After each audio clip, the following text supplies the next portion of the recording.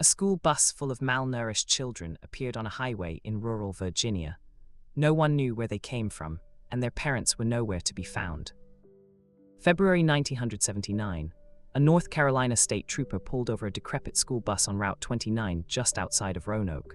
Inside were 6 children, ages ranging from 2 to 7, covered in dirt, wearing rags. Their fingernails were black. One child couldn't speak. The officer asked them their names. They didn't respond. They didn't seem to know how to answer.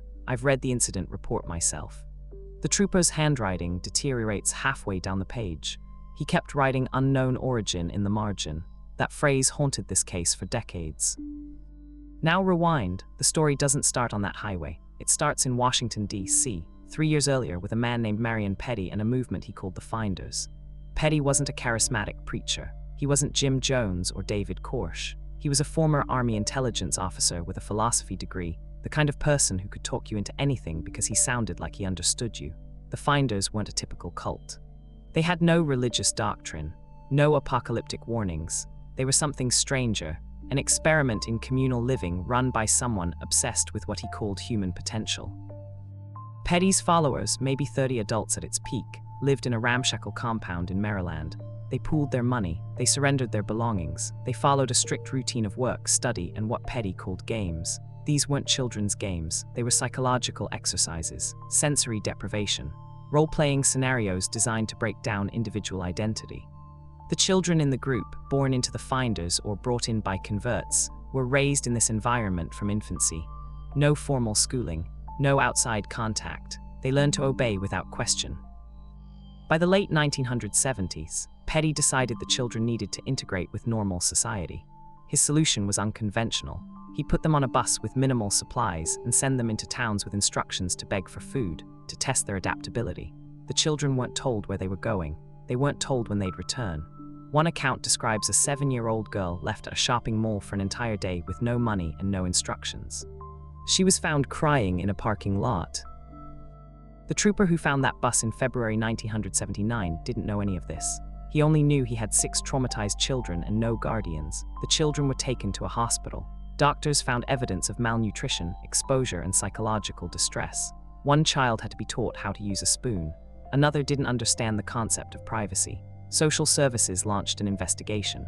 Within days, Marion Pettie appeared with lawyers and claimed the children had been temporarily separated for cultural education. He demanded their return. Here's where it gets stranger. Pettie had connections, deep ones. He'd worked in military intelligence. He knew people in the FBI. When federal agents arrived to interview him, the case suddenly went quiet. No charges were filed. The children were returned to their parents or to Pettie's associates claiming guardianship. The investigation was closed. I've talked to former caseworkers who remember the order to drop it. They remember being told the situation was under federal jurisdiction and to stop asking questions. The Finders didn't disappear after that. They relocated. Pettie moved operations to a farm in rural North Carolina, then to the Caribbean. The group continued its experiments. Adults came and went. Children were born, raised, and taught to see the outside world as hostile. Former members describe a cult of control disguised as enlightenment. Pettie spoke in abstractions about transcendence and breaking social conditioning. What he meant was breaking the will of anyone dependent on him. In 1987, another event forced the Finders into public view.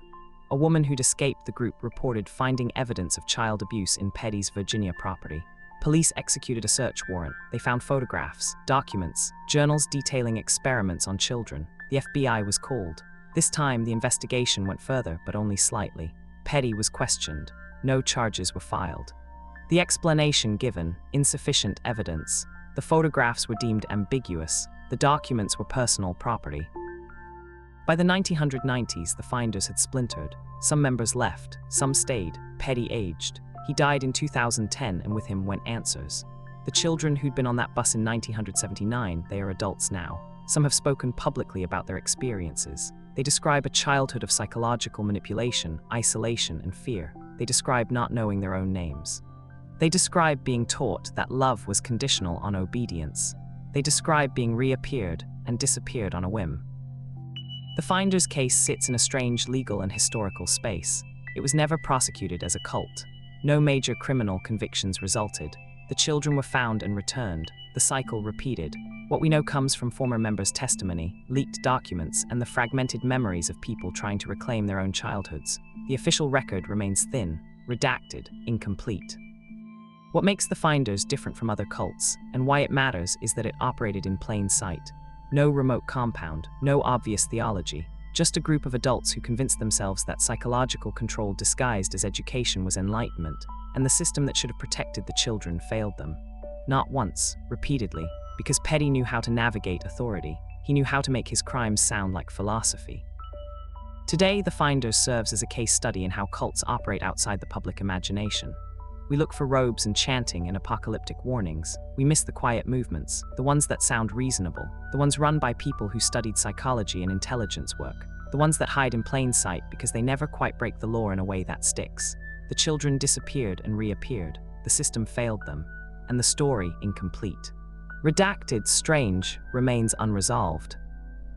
Subscribe for more cases like this, the ones buried in bureaucracy, the ones where the system failed, the ones still waiting for answers.